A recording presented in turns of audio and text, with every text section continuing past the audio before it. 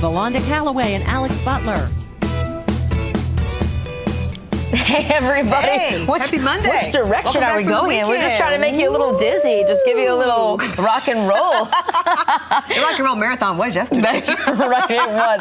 We were getting into some fun. I got into some fun this weekend because it's, of course, beer month, and everybody's been telling me all about beer. This whole month is about beer. Yeah. So we've been talking about it on the show, and I went this weekend and decided to check it out, what everybody was talking about. So I went to the World Beer Fest, which was in downtown Raleigh. It was very cool. There were tons of different beers to try. I was actually surprised. All the college kids, it seemed like, and some of the adults too, seem to know about wearing these pretzels around your neck. Oh, yeah. Producer you know about Kim, this? Yes, honey, yes. Because producer Kim, yes, has told me about it. Okay. I did not know. I felt like the odd man out that didn't know what was going on. I'm walking around, I'm like, why does everybody have these pretzel necklaces? I actually tried to buy one off of somebody. So yes, I was like, can I have one? Where'd you buy that? So yeah, this is me with everybody. That's my boyfriend. And the beer guide, okay, this awesome beer guide actually came along with us. His name is Mel, and he runs the beer guide, and he gave us a tour of everything to show us where everything was. And the glasses that Nate was wearing there, those actually have a hook on the back that you can open a beer with. He bought them there.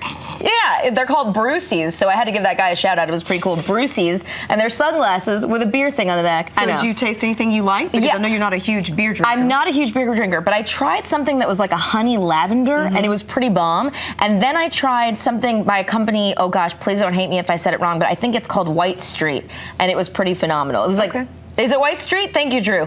Our producer, Drew, just said yes, I'm correct. So yes. So it was some good stuff. Anyway, so that's what I did this weekend, so make sure you check out all the beer events. More good stuff. Tickets for the Rolling Stones Raleigh concert went on sale at 10 this morning. The show is July 1st at NC State's Carter Finley Stadium. Get your tickets at Ticketmaster.com and the PNC Arena box office. They'll probably go fast, so go get it. That's right. And speaking of concerts, Valonda pulled up on her screen this morning and said, Alex, have you seen this Madonna Drake situation? And I said, no, what's going on? So she pulls it up, and now it's in everybody's feeds this morning. Apparently, Drake was at Coachella, which in LA is like, that's like the thing to do. It's the thing everywhere. But in LA, it's like the thing. Okay, so anyway, so all these Hollywood people are there.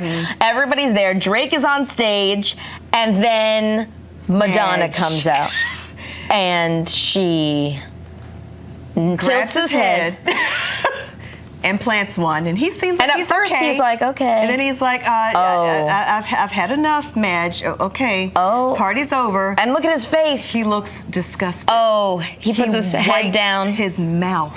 And then says, what the bleep just happened? I know. I felt bad for Madonna at first. I felt like, gosh, Madonna, she's trying to go in there, be young, be hot, but she did the kiss with Britney Spears. That went well. People thought that was hot. Peck. Oh, yeah, that's true. Madonna kissed Christina and Britney. Yes, it was like mwah, no, but there was some tongue in there. I remember seeing some tongue. It was like, okay, but it wasn't what she just did. No, okay, yeah. She tilted his head back. She went in there, and we couldn't really see everything, even though she put her hair back. In the 80s, I was all about Madonna. I know. I used to wear the lace and the skirts and the gloves. I mean, I was all about her. But I am over this Madonna version. This 2.0. You don't think do you think she should just be her age, or do you think she should? I hate this question. I know. But I want her to stop it. Stop it. Oh my gosh. Madonna, stop it. Okay, so we're going to ask Madonna to stop it. Okay, so really, here's my question for you. When you had Lylan, did you have a hard time deciding on a name that you could both? Oh, okay. Nope. It was like sure thing. I named her after my grandmother's. Oh, but what if Randall, your husband, had said, I want a different name? Well, actually, he did swap them. Okay. Because at first it was Charity Lylan. Right. And he said, can we swap it to Lylan Charity? Okay. So we did. But you had a decision made. Okay, so you could see Valonda, there was no arguing. She had it settled down. But a dad, out there wants to name his kid Spyridon. Okay, and the mother is not about it. Apparently, this dad, this is the wife, the father started a petition, and he says, quote, "This is an outcry for the right, privilege, and authority under God and in accordance with the laws of the Greek Orthodox Church and in the tradition of all Hellenic peoples."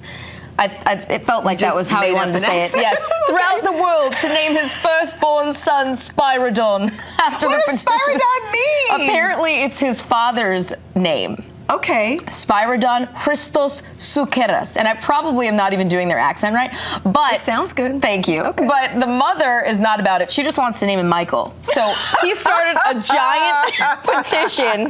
She thinks that the name is archaic, that it's like the worst thing for a child living in 21st century America. So he said, okay, then I'm going to start a petition. So he wants 100,000 votes, and if he gets to 100,000 votes, then he will actually get the name. Okay. Isn't that crazy? I don't know. I know. I mean, it's different.